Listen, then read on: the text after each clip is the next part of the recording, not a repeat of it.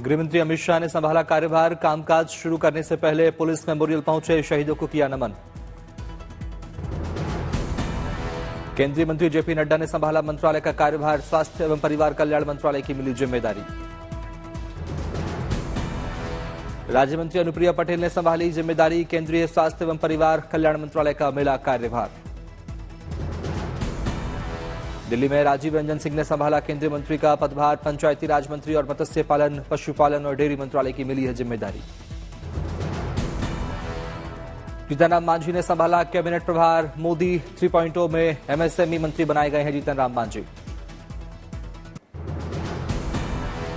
विदेश मंत्री एस जयशंकर ने साउथ ब्लॉक में संभाला पदभार। आज से शुरू किया मोदी सरकार के तीसरे कार्यकाल का कामकाज। विदेश मंत्री एस जयशंकर ने नए कार्यकाल में बड़े फैसलों के दिए संकेत। संदेश, कहा मोदी 3.0 में सफल रहेगी विदेश नीति।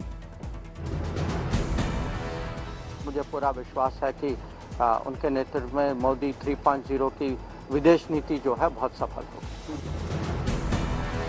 केंद्रीय मंत्री अश्विनी वैष्णव ने संभाला रेल मंत्री का पदभार। शुरू किया कामकाज। रेल मंत्री अश्विनी वैष्णव ने पीएम मोदी को दिया धन्यवाद। कहा आम आदमी की सवारी रेलवे को करेंगे मजबूत। अश्विनी वैष्णव ने सूचना प्रसारण मंत्रालय का भी संभाला कार्यभार। कामकाज किया शुरू। केंद्रीय मंत्री भूपेंद्र यादव ने संभाला कार्यभार। पर्यावरण, वन एवं जलवायु परिवर्तन मंत्रालय की मिली जिम्मेदारी। कार्यभार संभालने के बाद केंद्रीय मंत्री भूपेंद्र यादव ने पीएम मोदी का जताया आभार। कहा पूरी तन्मयता के साथ करूंगा काम। राज्य मंत्री कीर्तिवर्धन सिंह ने संभाला कार्यभार। वन और जलवायु परिवर्तन मंत्रालय की मिली है जिम्मेदारी। केंद्रीय मंत्री भूपेंद्र यादव और राज्य मंत्री कीर्तिवर्धन ने कार्यभार संभालने के बाद ली बैठक। आला अधिकारी रहे मौजूद। ज्योतिरादित्य सिंधिया ने भी कैबिनेट मंत्रालय का पदभार संभाला। केंद्रीय दूरसंचार मंत्रालय की मिली है जिम्मेदारी। पिछली सरकार में थे नागरिक उड्डयन मंत्री। खाद्य प्रसंस्करण उद्योग मंत्री चिराग पासवान ने आज संभाला पदभार। पहली बार चिराग पासवान को मिला है मंत्री पद। हरदीप सिंह पुरी ने संभाला कार्यभार। पेट्रोलियम और प्राकृतिक गैस मंत्रालय की मिली है जिम्मेदारी।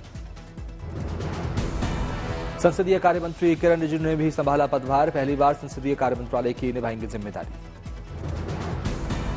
कानून मंत्री स्वतंत्र प्रभार अर्जुन राम मेघवाल ने संभाला पदभार। पिछली सरकार में भी कानून मंत्री थे मेघवाल। केंद्रीय मंत्री गिरिराज सिंह ने संभाला कपड़ा मंत्रालय का कार्यभार। पीयूष गोयल ने सौंपा प्रभार।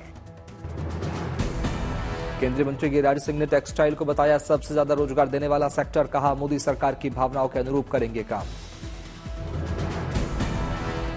सुरेश गोपी ने पेट्रोलियम और प्राकृतिक गैस मंत्रालय में राज्य मंत्री के रूप में संभाला कार्यभार। केंद्रीय मंत्री हरदीप सिंह पुरी भी साथ में रहे मौजूद। केंद्रीय मंत्री मनोहर लाल खट्टर ने भी संभाला पदभार। शहरी विकास मंत्रालय और ऊर्जा मंत्रालय का मिला जिम्मा। स्वतंत्र प्रभार राज्य मंत्री जयंत चौधरी ने संभाला पदभार। कौशल विकास और उद्यमिता मंत्रालय की मिली जिम्मेदारी। 24 जून से 3 जुलाई तक होगा संसद का विशेष सत्र। सूत्रों के मुताबिक 8 दिन तक चलेगा विशेष सत्र। 24 और 25 जून को हो सकता है नए सांसदों का शपथ ग्रहण समारोह। सूत्रों के मुताबिक 26 जून को लोकसभा स्पीकर का चुनाव संभव। यूपी के सीएम योगी आदित्यनाथ ने अपने मंत्रिपरिषद के साथ की बैठक। कैबिनेट की अहम बैठक में 41 प्रस्तावों पर लगी मुहर। यूपी के लाखों कर्मचारियों के लिए बड़ी सौगात। यूपी में नई ट्रांसफर पॉलिसी को मिली मंजूरी। योगी कैबिनेट में महाकुंभ 2025 की तैयारियों का प्रस्ताव पास। 4000 हेक्टेयर में लगेगा मेला। जीत के बाद रायबरेली पहुंचे कांग्रेस सांसद राहुल गांधी और पार्टी महासचिव प्रियंका गांधी। धन्यवाद सभा में हुआ राहुल और प्रियंका का स्वागत। प्रियंका गांधी ने राहुल गांधी की जीत के लिए रायबरेली की जनता का किया धन्यवाद। कहा जितनी श्रद्धा और निष्ठा आपने दिखाई उससे दोगुनी श्रद्धा और निष्ठा से करेंगे काम। राहुल गांधी ने कांग्रेस कार्यकर्ताओं और समर्थकों का जताया आभार। कहा समाजवादी पार्टी कांग्रेस कार्यकर्ताओं का दिखा जोश। इंडिया गठबंधन की एकजुटता को लेकर बोले राहुल। कहा इस बार सारे के सारे एक बन के 1 इंच पीछे नहीं हटे। पीएम मोदी और गृहमंत्री अमित शाह पर राहुल ने बोला हमला। कहा हिंदुस्तान के संविधान को खत्म करना चाहते हैं पीएम और गृहमंत्री।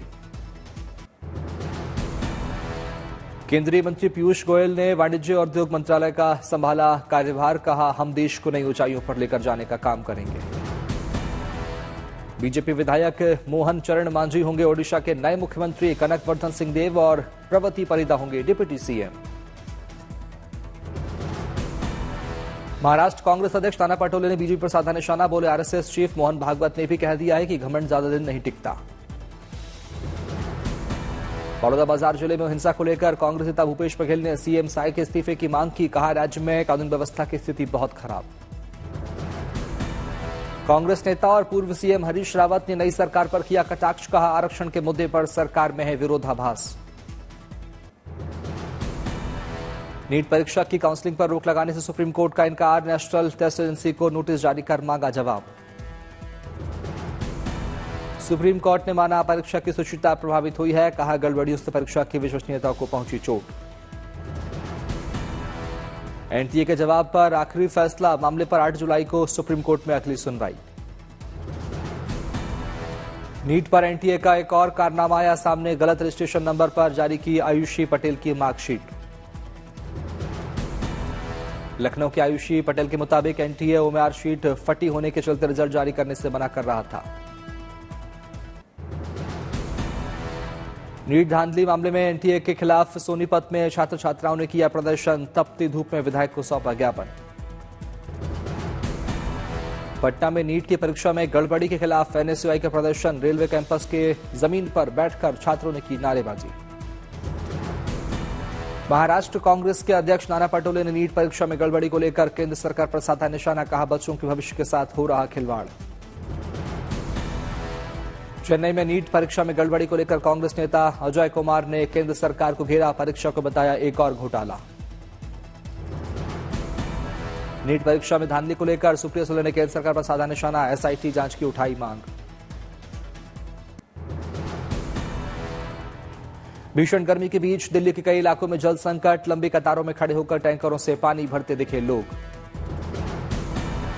दिल्ली के जल मंत्री आतिशी ने की जल संकट को लेकर प्रेस कॉन्फ्रेंस। कहा, दिल्ली में पानी का उत्पादन हो रहा कम, जिसकी वजह से दिल्ली में जल संकट। दिल्ली के कई हिस्सों में 3 घंटे से बिजली गुल। आतिशी बोली, नेशनल पावर ग्रिड हुआ फेल। कम बिजली उत्पादन को लेकर मंत्री आतिशी ने जताई चिंता। कहा, दिल्ली में ज्यादातर बिजली अलग अलग राज्यों से आती है। जल संकट पर दिल्ली बीजेपी अध्यक्ष वीरेंद्र सचदेवा का आम आदमी पार्टी पर वार। कहा, पानी में भी दिल्ली सरकार कर रही भ्रष्टाचार। गोरखपुर में दिखा हीटवेव का असर। गर्मी से बेहाल लोग पेय पदार्थों का कर रहे इस्तेमाल। यूपी के प्रयागराज में भी भीषण गर्मी की तपिश। जनजीवन पर पड़ रहा असर। पश्चिम बंगाल और सिक्किम में भारी बारिश की चेतावनी। मौसम विभाग ने जारी किया अलर्ट। अगले 5 दिन तक उत्तर पश्चिम और पूर्वी भारत में रहेगी भीषण गर्मी। मौसम विभाग ने जारी किया अनुमान। भुवनेश्वर में हीटवेव का दिख रहा असर। धूप से बचने के लिए लोग कर रहे उपाय।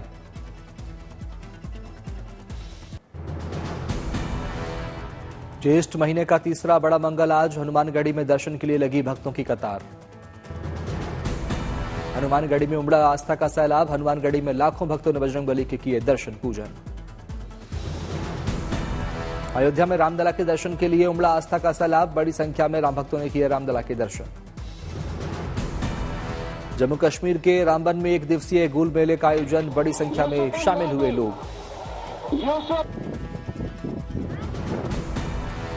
मेले में डोगरी, कश्मीरी, गोजरी, पहाड़ी और पंजाबी सहित विभिन्न भाषाओं में सांस्कृतिक कार्यक्रम का किया गया आयोजन। मेले में दिखी जम्मू कश्मीर की संस्कृति।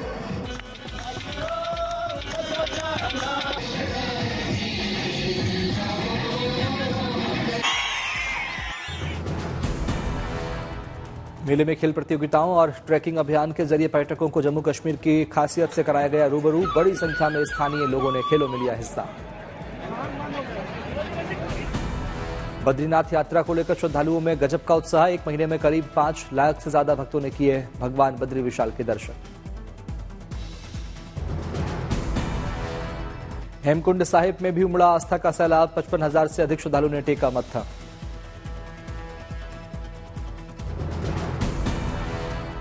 धाम में सुबह से शाम तक लगी भक्तों की लंबी कतार। 1 से 2 घंटे में भक्त कर रहे बाबा बद्री के दर्शन। लोकसभा में बड़ी जीत के बाद केदारेश्वर मंदिर पहुंचे समाजवादी पार्टी के राष्ट्रीय अध्यक्ष अखिलेश यादव। विधि विधान से की पूजा, भगवान केदारेश्वर का दिया आशीर्वाद। सैफई में अपने पिता मुलायम सिंह के समाधि स्थल जाकर किया पुष्प अर्पित, लिया आशीर्वाद।